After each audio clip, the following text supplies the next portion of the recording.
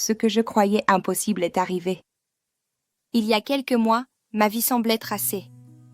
Mariée, une routine confortable, mais au fond de moi, un vide grandissait. Puis, un message inattendu est apparu sur mon téléphone. C'était lui.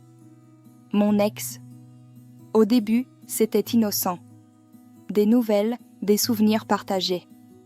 On se racontait nos vies, nos hauts et nos bas. Je ne pensais pas à mal. Mais chaque échange ravivait quelque chose en moi. Une étincelle que je croyais éteinte. Mon mariage, lui, était devenu une prison dorée. La solitude me rongeait, même à deux. Il disait avoir changé, qu'il n'était plus le même homme, qu'il avait mûri, appris de ses erreurs. Ses mots étaient doux, réconfortants, et je me suis surprise à y croire. L'idée de le revoir a germé. Juste en ami, bien sûr. Pour un café, pour parler. Pour retrouver un peu de cette complicité perdue, sans arrière-pensée, me disais-je.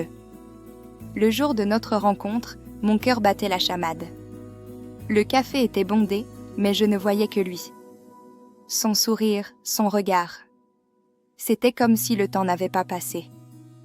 La conversation a coulé, facile, naturelle. On riait, on se confiait. Cette complicité, cette connexion que j'avais tant cherchée ailleurs, elle était là, palpable. Chaque rencontre devenait un secret. Des messages effacés, des excuses inventées pour mon mari. La culpabilité me pesait, mais le désir de ces moments volés était plus fort. La tension montait à chaque fois que nos regards se croisaient un peu trop longtemps, que nos mains se frôlaient par accident. C'était un jeu dangereux, et je le savais. Je me sentais vivante, mais aussi terriblement coupable. Je marchais sur un fil, entre mon passé et mon présent, entre ce que je devais être et ce que je voulais être. Un après-midi, après un autre de nos rendez-vous amicaux, il m'a proposé de me raccompagner. Mon cœur a fait un bond. Une petite voix me disait de refuser. Mais je n'ai pas écouté. L'attraction était trop forte, la promesse d'un instant de plus avec lui irrésistible.